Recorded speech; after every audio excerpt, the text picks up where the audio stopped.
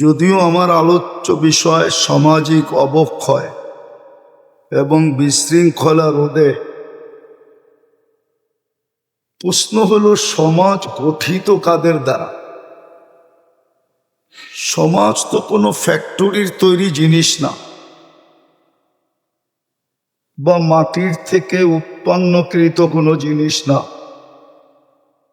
প্রথম ভাবতে হবে সমাজটা গঠিত কাদের দ্বারা, কি দ্বারা সমাজ তৈরি হয়, কখন সমাজ বলা হয়, আগে এটা ভাবতে হবে। ছোটবেলা মনে হয় সমাজ বিজ্ঞানই পড়ছিলাম যে মানুষ দ্বারাই সমাজ গঠিত, ঠিক না? আরে আমার কথা বোঝেন তো? সুট্টুর কিন্তু হবে না, আস্তে আস্তে বাড়বে। আমারও তো ভলিউম আছে, এক আর কিচ্ছু শুনবেন না, আমারটাও আস্তে আস্তে বাড়বে। প্রথমে ভাবতে হবে সমাজ বলে কাকে, সমাজ কি দ্বারা তৈরি হয়। সমাজ এটা তো কোনো ফ্যাক্টরির জিনিস না, বা কোনো জমিন থেকে উৎপন্ন হয় না। সমাজের সংজ্ঞাটা কি? বললাম না ছোটবেলা পড়ছিলাম যে মানুষ দ্বারাই সমাজ গঠিত, ঠিক না? একজন মানুষ যেখানে থাকে ওটাকেও সমাজ বলে না, অনেকগুলা মানুষ যেখানে বসবাস করে ওটাকেই সমাজ বলে, ঠিক না? একটা শব্দ কিন্তু যোগ আছে, অনেকগুলা মানুষ একা একা যদি বাস করে তো এটাকে সমাজ বলে না।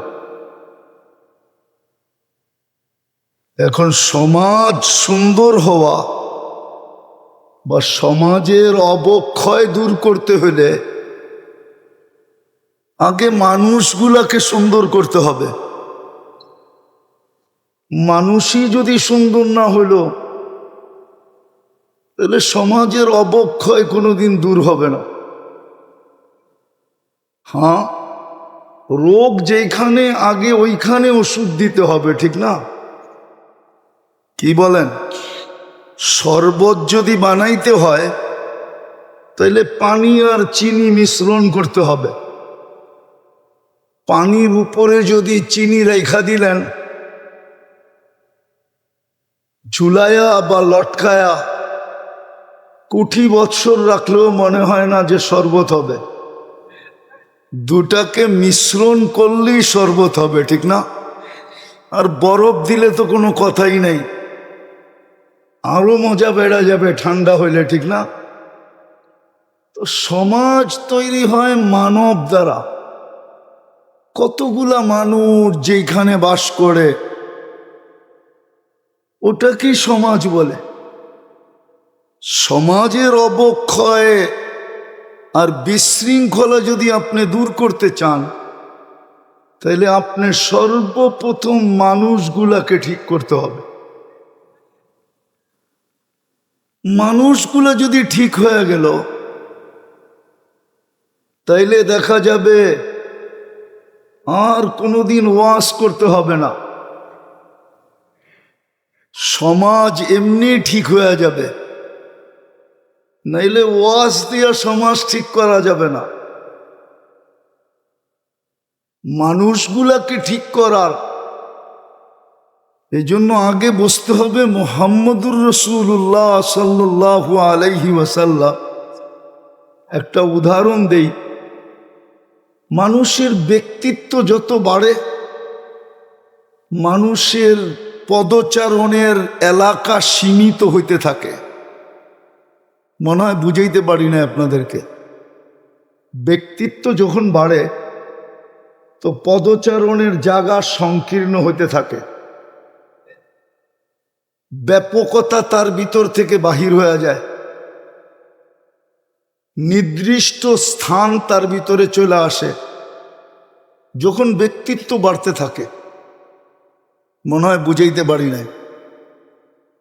দেশের রাষ্ট্রপতি ইচ্ছা করলে সাধারণ মানুষের মতো ঘুরতে পারে না, পারে নাকি? তার জন্য সীমিত। আবার কোথাও যাইতে হলে অনেক ফর্মালিটি লাগে, ঠিক না? প্রটোকল রাখলাম, ফর্মালিটি তো লাগে। তো মুহাম্মদুর রাসূলুল্লাহ সাল্লাল্লাহু আলাইহি ওয়াসাল্লামের মতো ব্যক্তিত্ব, আল্লাহর পরে যার স্থান, যার এই জমিনে আসারই কথা ছিল না, ব্যক্তিত্বের দিকে দেখলে আর ব্যক্তিত্ব পর্যালোচনা করলে উনি কেন দুনিয়াতে আসবেন? দুনিয়া যদি দেখি তাইলে তো দানিয়া, সবচেয়ে নিকৃষ্ট জিনিস, এইখানে উনি কেন আসবেন? কিন্তু আল্লাহ কারণ বলছেন কেন আসছেন, আগে এটা বুঝতে হবে। তারপরে মোটা মোটা কয়েকটা কথা বলবো। কথা কত দূর যাবে এটাও তো জানি না, জাতি মানবে কি মানবে না এটাও তো জানি না। মুসলমান যদি মানতো তাহলে তো আজকে মুসলমানের এই দুরবস্থা হতো না। যেই সময় 350-313 জন ছিল, তখনই তো কারো আঙ্গুল উঠানোর সাহস ছিল না, কেউ চোখ উঠায় তাকানোর সাহস ছিল না, ঠিক না? সংখ্যায় যখন বিলকুল কম ছিল, তখনও তো মুসলমানের এই দুরবস্থা ছিল না। আজকে 250 কোটি মুসলমান, বাবার বিষয় কিন্তু 250 কোটি মুসলমান দুনিয়াতে, 60টা মুসলিম দেশ, 57 কি 60 এরকম মুসলিম দেশ। দুনিয়ার সবচেয়ে বড় টাকা কারেন্সি মুসলমানের কাছে, মুসলমানের চেয়ে বড় কারেন্সি কারো কাছে নাই। কুয়েতের 1 টাকা দিলে আমেরিকান $5 পাওয়া যায়, ইংল্যান্ডের 3.5 পাউন্ড পাওয়া যায়, ইউরোপের 4 ইউরো পাওয়া যায়। শুধু কুয়েতের টাকা বড় না, বাহরাইনের টাকাও বড়। শুধু বাহরাইনের টাকা বড় না, ওমানের টাকা বড়। শুধু ওমানের টাকা বড় না, ব্রুনাইয়ের টাকা আরো বড়। দুনিয়ার সবচেয়ে দামি জিনিস মুসলমান ব্যবহার করে, দুনিয়ার সবচেয়ে দামি জিনিস কে ব্যবহার করে? মুসলমান ব্যবহার করে। দুনিয়ার কোনো যুবরাজের গাড়ি 24 ক্যারেট সোনায় মোড়ানো নাই, শুধু একমাত্র মুসলমান যুবরাজদের আছে। দুবাই যুবরাজের গাড়ি 24 ক্যারেট সোনায় মোড়ানো। ব্রুনাইয়ের প্রেসিডেন্টের এন্টার গাড়ির পার্টস স্বর্ণ দিয়া বানানো। দুনিয়ার সবচেয়ে কাপড় চোপড় বেশি মুসলমান পরে, মুসলমানের চেয়ে বেশি কাপড় চোপড় কেউ পরে না, এবং দামি কাপড় চোপড় পরে। আপনি নেটে গেলে পাবেন বিল গেটসের প্যান্টের দাম কত, নেটে দেওয়া আছে। শার্টের দাম কত, নেটে দেওয়া আছে। আমার মনে হয় না ওর কোনো শার্ট $300 উপরে পাবেন আপনি। $300 ওই দেশের 300 টাকা, ঠিক না? কি? আর আমাদের যুবকদের বাপের হোটেলে খায়া ওদের প্যান্ট দেখবেন, জুতা দেখবেন 12-12 হাজার টাকা, 20-20 হাজার টাকা। গেঞ্জি পরে 4-4-5-5 হাজার টাকা, কিন্তু বাপের হোটেলে, নিজের কামাই না। তো মুসলমানের চেয়ে বেশি দামি পোশাক কাপড় চোপড় দুনিয়ার কেউ পরে না। আবার মাত্রার দিক দিয়া মুসলমানের চেয়ে বেশি পোশাক আদি কারো কাছে নাই। এই ছোট মজমা যা বসা আছে, আপনাদের ঘরে ব্যবহৃত যা কাপড় আলমারিতে আছে, মনে হয় 5 বছর ব্যবহার করলেও এগুলা শেষ করা যাবে না। কি সত্য তো? হ্যাঁ, 5 বছর যদি কাপড় না কিনেন আর এগুলা কি যদি ওয়াশ করে ব্যবহার করেন, 5 বছর চলবে না? চলবে না? হ্যাঁ, কিন্তু দুনিয়ার কোনো দেশে ব্যবহৃত কাপড় এত আলমারিতে নাই। আপনি ইউরোপ চলে যান, আমেরিকা চলে যান, কানাডা চলে যান, আমাদের যেরকম রাস্তার মোড়ে মোড়ে ডাস্টবিন রাখা, ওদের কদমে কদমে পুরান কাপড় ড্রপ করার জন্য বক্স রাখা। ওই বক্সে লেখা আছে তোমার ব্যবহৃত কাপড় এখানে রাখো। প্রত্যেক সুপার মার্কেটের সামনে আছে। যার কারণেই তো শীতের সময় আপনারা কিছু পুরান কাপড় পান, ঠিক না? ওটা কি বাংলাদেশের আশুলিয়ার থেকে আসছে নাকি? ওটা তো ইউরোপ থেকে আসছে, আমেরিকা থেকে আসছে, অস্ট্রেলিয়া থেকে আসছে। ওদের পুরান কাপড়ই আমরা পরা বাপ দেখায় ঘুরি, ঠিক না? তো মুসলমানের চেয়ে বেশি কাপড় চোপড় সর্বদিক দিয়া। আপনি খাওয়া বলবেন, মুসলমানের চেয়ে সবচেয়ে খাওয়ার আইটেম দুনিয়ার কেউ জানে না। মুসলমান যত আইটেম খায় আর তৈরি করে আর জানে, কোনো দুনিয়া এত আইটেম জানে না। আমি বাস্তব বলতেছি, আমার কথা মেনে নেন। মুসলমানরা যত আইটেম খায়, এক বেলায় যত আইটেম খায়, আমার মনে হয় না উন্নত দুনিয়া পুরা মাসে এত আইটেম দেখে।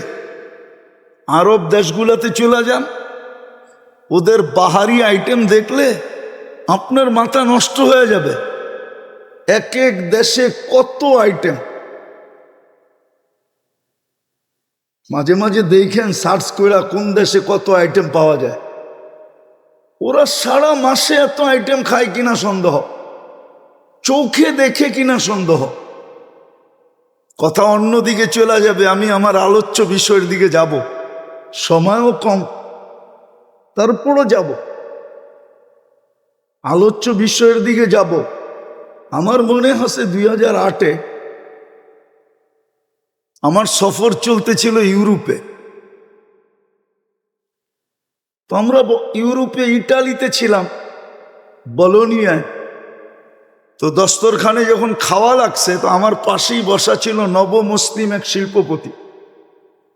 তো আমাকে তর্জমানের মাধ্যমে বলতেছিল যে দস্তরখান দেখলে আমার বিশ্বাস হয় জান্নাতে এত আইটেমের খাওয়ান হবে। কেননা ওই দিন শুধু মাছের আইটেম ছিল 27 প্রকার। বুঝবা? আমি জিজ্ঞেস করলাম কেন? ইসলামের আগে তো 24 ঘন্টা কামাইতে যে খাওয়ার সুযোগ হইতো না। হয়তো সারাদিনে একটা বার্গার, অথবা একটু পিজা, অথবা একটু হটডগ, যা ওদের দেশে খায় চলতে চলতে খায়া নিতাম। কিন্তু ইসলামে ঢুকার পরে দেখতেছি যে খাওয়ার আইটেম কত। কিন্তু আমার প্রশ্ন হলো, আজকে মুসলমানের এই দুরবস্থা কেন?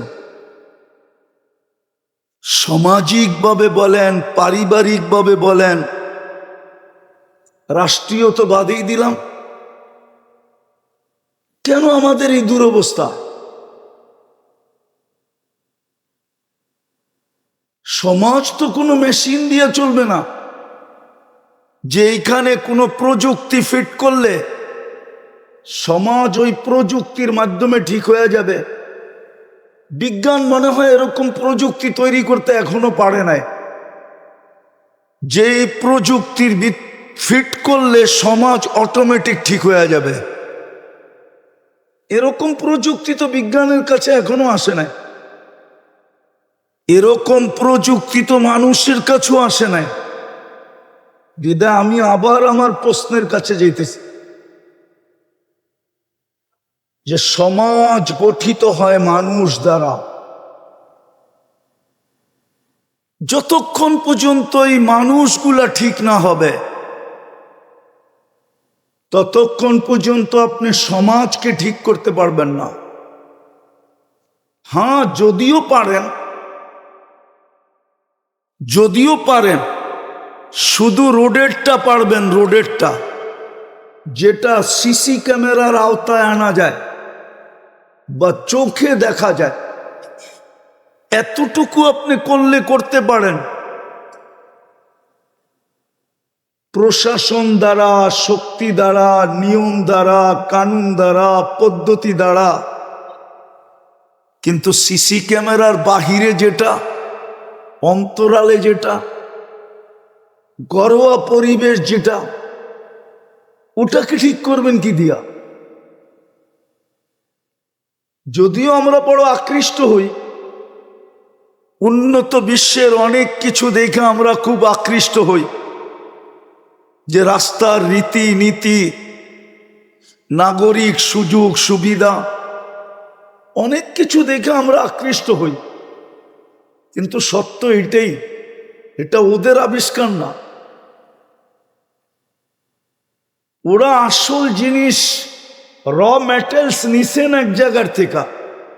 যেমন কোনো জিনিস তৈরি করতে হইলে র ম্যাটেরিয়ালস আগে আনতে হয়, তারপরে মেশিনে দিয়া নিজের ডাইসের মাধ্যমে ইচ্ছা মতে ওটাকে বানায় নিতে হয়। ওরা মূল নীতিটা কিন্তু আমাদের থেকেই নিছিলেন। আপনি মাইনা নেন আমার কথা, মূল নীতিটা কিন্তু আমাদের থেকেই নেওয়া, কোরআন থেকে নেওয়া, হাদিস থেকে নেওয়া। কিন্তু ওটাকে ওরা মোটিফাই করছে, ওরা আপনাকে আকৃষ্ট করছে। কিন্তু আপনার কাছে জওহার ছিল, আপনার আমার কাছে মাকনাতিস ছিল, চুম্বক ছিল, জাদু ছিল, ম্যাজিক ছিল। কিন্তু আপনি আর আমি ব্যবহারও করতে পারি না, আকৃষ্ট করতে পারি না। আজকে মুসলিম সমাজ নিয়ে সারা দুনিয়া কেন আঙ্গুল উঠায়?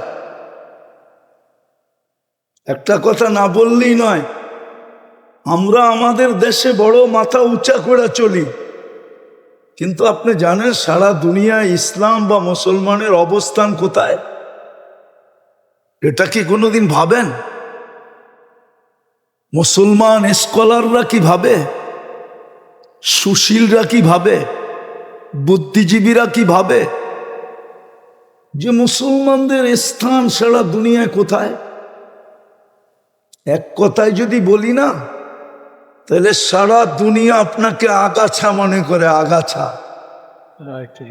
কি কি শুধু আগাছা মনে করে আপনাকে। যদি প্রমাণ দেই, তাহলে একটা প্রমাণই যথেষ্ট। বাইতুল মোকাররমের চত্বরে বসা দিতেছি, কথা না জানি কত দূর চলে যাবে। আগামী 7 তারিখে ফিলিস্তিনের যুদ্ধের 2 বছর হবে, আগামী মাসের 7 তারিখে।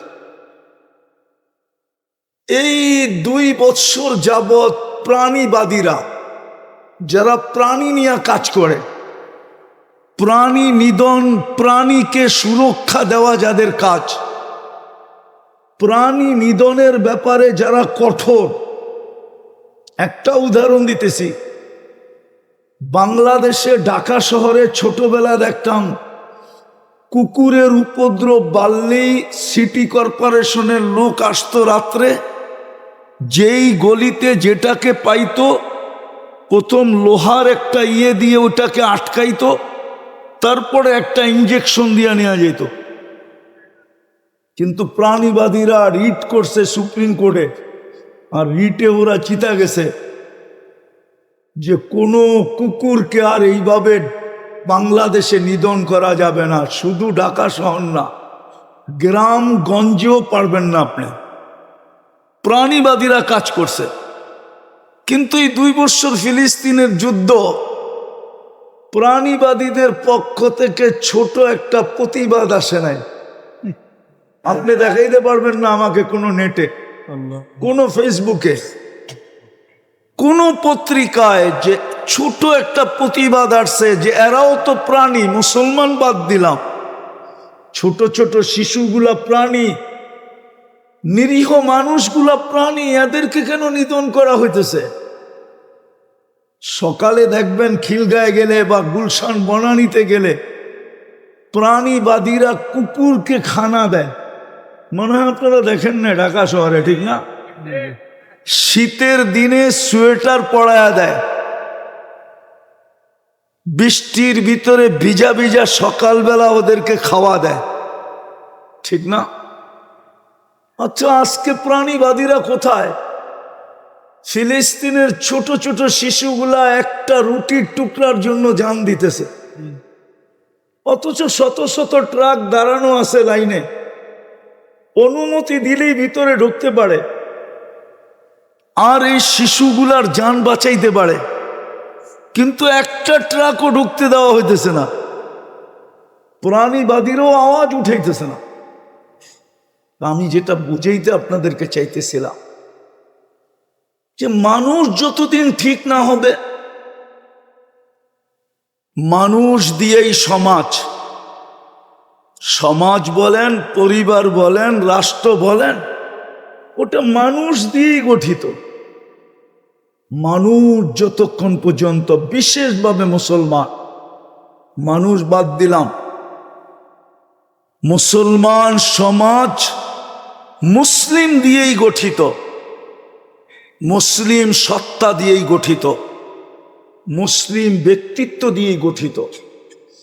যতক্ষণ পর্যন্ত আমরা প্রত্যেকে নিজের জীবনটাকে মুহাম্মদুর রাসূলুল্লাহ সাল্লাল্লাহু আলাইহি ওয়াসাল্লামের রঙে রঙিন না করব,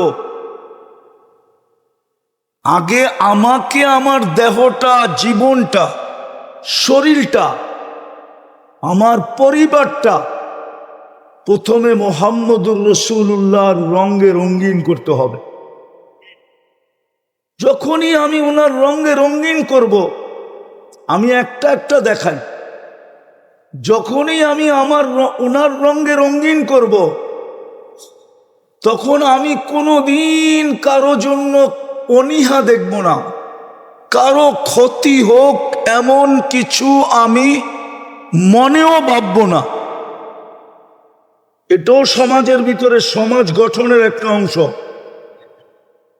তখন আমি বাস্তবিক মানুষ হব। যেমন হাদিসে আছে, আন্নাস, মানুষকে, আইয়ানফা আন্নাস, যার দ্বারা মানুষের উপকার হয়, অপকার কখনো হয় না। সবাই যখন সবার উপকার চাবে, তো সমাজে অপকার করবে তো করবে কে? আমাকে এটা বুঝান।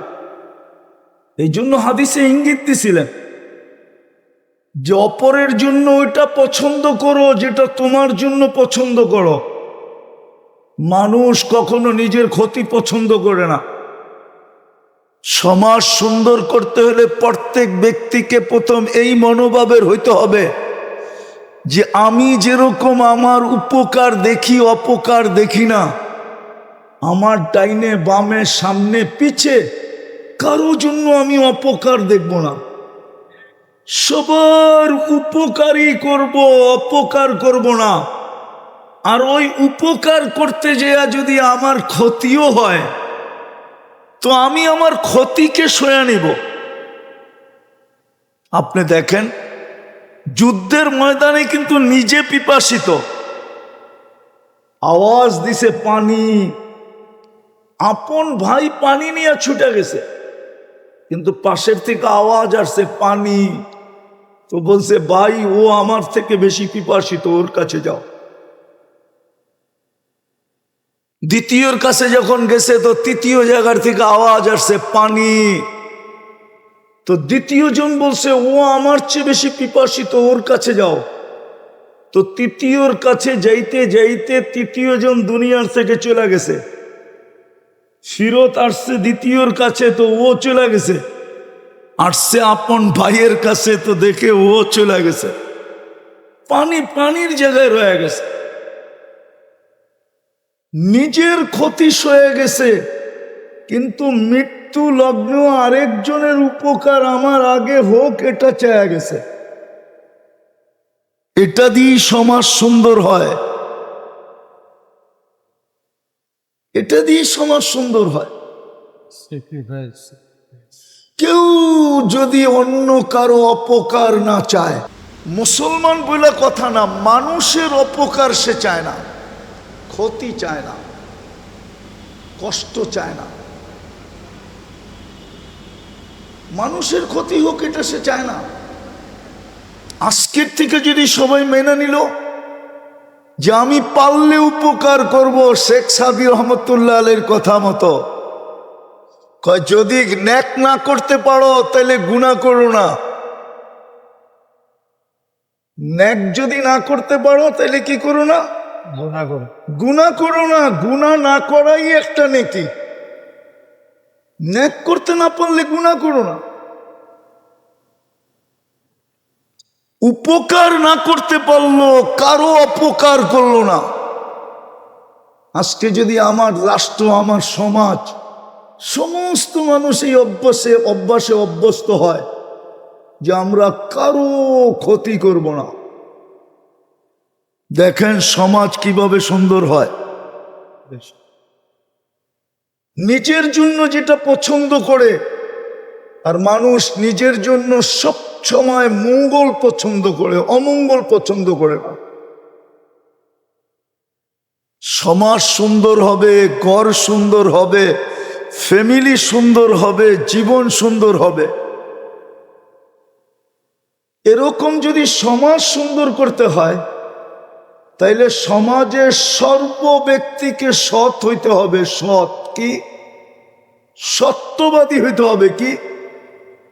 সৎ এবং সত্যবাদী। কি?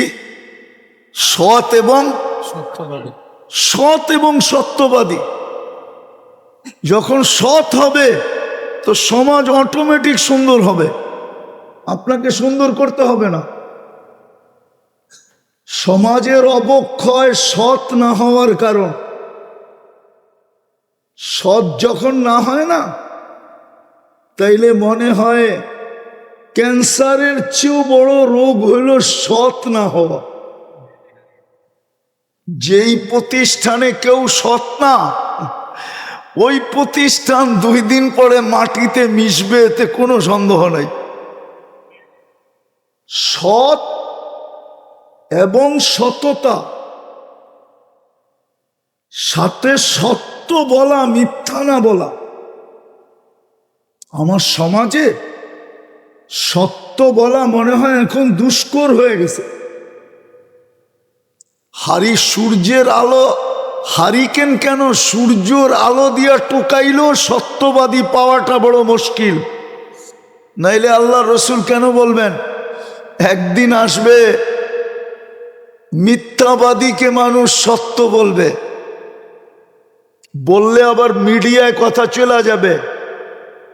হ্যাঁ, এই জন্য প্রবাদ বাক্য আছে, মিথ্যাকে এতটুকু প্রচার করো যে মানুষ সত্য ভাবতে শুরু করে। মিথ্যাকে এতটুকু প্রচার করো আর এত সুন্দরভাবে প্রচার করো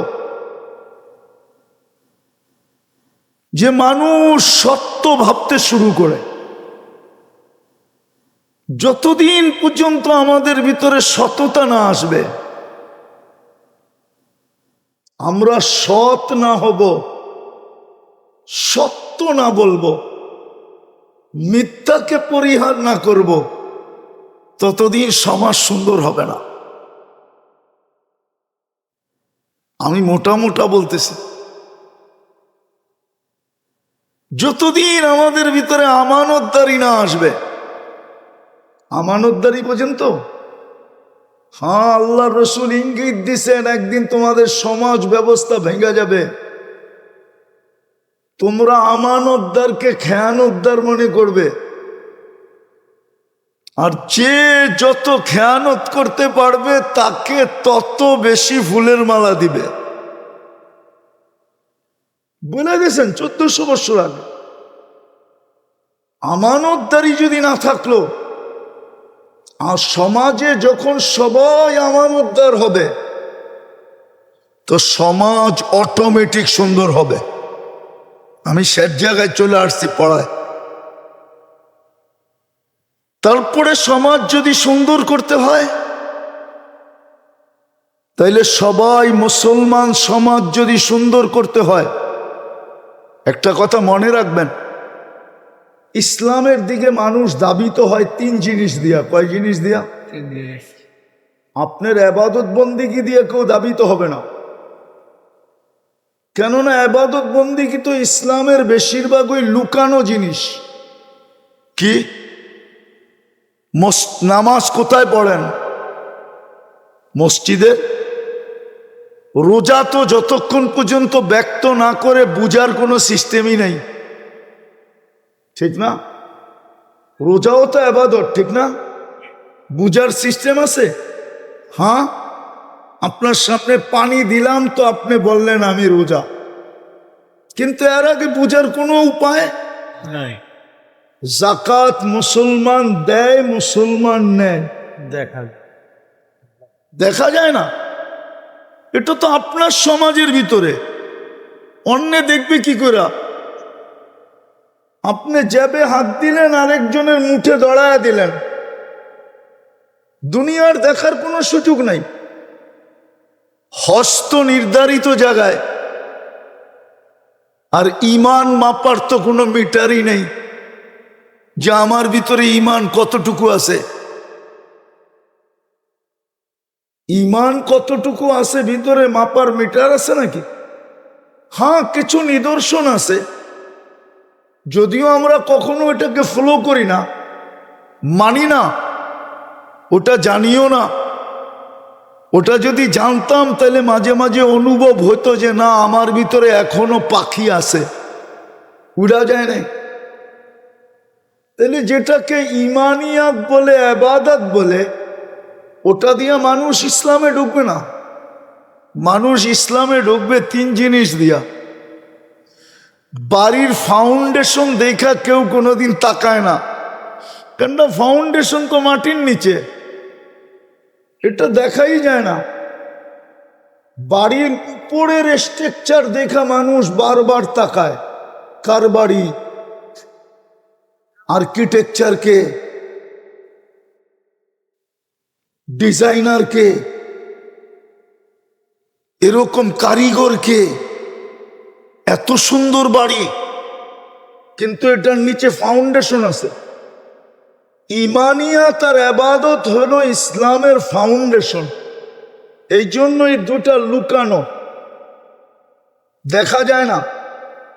কিন্তু আসল ইসলামের প্রাসাদ যেটাকে বলা হয়, যেটা দেখা মানুষ ইয়াদখুলুনা ফি দীনিল্লাহি আফওয়াজান আফওয়াজা, মানুষ দলে দলে ইসলামে ঢুকবে, ওটা হলো তিনটা। যেরকম বাড়ির স্ট্রাকচার দেখা, উপরের বিল্ডিং দেখা মানুষ আকৃষ্ট হয়, আর বিল্ডিং এর ভিতরে তিনটা জিনিস লাগে: দর দেওয়ার আর ছাদ। দর দেওয়ার বোঝেন? মনে হয় বোঝেন না, ঠিক না? দেওয়াল বুঝছেন তো? হ্যাঁ, দর মানি হলো জানলা দরজা। দর দেওয়ার, জানলা দরজা এবং ছাদ, এই তিনটাই হয় বিল্ডিং এর উপরের স্ট্রাকচার। ওটার ডিজাইনের উপরই মানুষ বারবার তাকায়। যেই বাড়িটা কার, বাংলাদেশের গ্রামগঞ্জে গেলে দেখা যায় এরকম বাড়ি তাকলাইগা থাকে মানুষ, ঠিক না? তো ইসলামেরও রাজপ্রাসাদ গঠিত তিন জিনিস দিয়া। আবারও বলতেছি, ফাউন্ডেশন কিন্তু মাটির নিচে থাকে। ইমানিয়াত ইবাদত এটা লুকানো, এটা দিয়ে আপনি কাউকে আকৃষ্ট করতে পারবেন না। পারলেও দুই চারজন পারবেন, বা আপনার লোক ব্যতীত কাউকে পারবেন না। হ্যাঁ, রাগ হয়ে যাবে কেউ, বলবো, আবার মিডিয়ার মধ্যে চলে যেতেছে, আবার ফাউন্ডেশনের লোক রাগ হয়ে যায় কিনা। হ্যাঁ, পীরেরা কেরামতি দেখায় মুরিদ বাড়াইতে পারে, এটা আমি মানি, কিন্তু কাউকে ইসলামে ঢুকাইতে পারে না। কেননা এটা তো তারই লোক দেখে, ঠিক না? সত্য তো, সত্য তো। তো যেই তিনটা দ্বারা মানুষ আকৃষ্ট হয় সেটা হলো মুআমালাত, লেনদেন, মুআশারাত, সমাজ ব্যবস্থা, আর চতুর্থ হলো আখলাক, তৃতীয় হলো আখলাক। তা আমি শেষ জায়গায় চলে আসছিলাম। সমাজ যদি সুন্দর করতে হয় তারও দুটা জিনিস লাগবে, যেটাকে আরবি ভাষায় বাসাতা বলে। চাকচিক্যের জীবন পরিহার করা, সাদা মাঠা জীবন। জীবন যত সাদা মাঠা হবে চাহিদা তত কম হবে, আর চাহিদা যত কম হবে নয় ছয় তত কম হবে। নয় ছয় বোঝেন তো? হ্যাঁ, আরে বোঝেন তো? নয় ছয় বোঝেন নাই? হ্যাঁ, হাজার হাজার কোটি টাকা এদিক ওদিক যাবে না, কেননা চাহিদাই তো নাই। আর সর্বশেষ সমাজ সুন্দর করতে হলে যেটা লাগবে সেটা হলো মুসলমানের ভিতরে লজ্জা থাকতে হবে, হায়া। আজকে আমাদের ভিতরে হায়া নাই। আল্লাহকে যে হায়া করে না, ও মানুষকে কোত্থেকে হায়া করবে? বিদায় আবারও শেষে যে ফিনিশিং দিতেছি, সমাজ যদি সুন্দর করতে হয় তাহলে আগে আমাদেরকে ঠিক হইতে হবে, কেননা মানুষ দিয়া সমাজ গঠিত। আর মানুষ ঠিক মুহাম্মদুর রাসূলুল্লাহর রং ছাড়া মানুষ কোনোদিন ঠিক হবে না। ওনার রঙে যখন রঙিন হবে তো যারা নিজেদেরকে বলতেন কিলা বা সাহারা, আমরা মরুদ্যানের কুকুর, ওনারা জমিনে বৈশা বললে আকাশ থেকে কোরআন হয়ে আসে। সাহাবায়ে কেরাম ইসলামের পূর্বে এটাই বলতেন, কেলা বা সাহারা, আমরা মরুদ্যানের কুকুর সমতুল্য। কিন্তু কোরআন তাদেরকে 1500 মেডেল দিতেছে। পুরা কোরআনে সাহাবাদের শানে 1500 আয়াত আছে, 1500 মেডেল কোরআন দিছেন। সর্বশেষ মেডেল দিছেন ওয়া কুল্লুন ওয়াদাল্লাহুল হুসনা। চলেন আমরাও যদি সমাজটা সুন্দর করতে চাই তাইলে আগে আমাকে ঠিক হইতে হবে।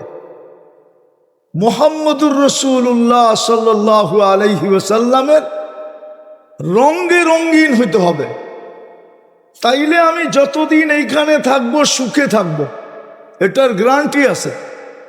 আর এইখান থেকে যখন চলে যাব তো উপর থেকে প্রটোকল আসবে, তাতানাজ্জালু আলাইহিমুল মালাইকা, ফেরেশতা আমাকে স্বাগত জানাইতে জানাইতে নিয়ে যাবে।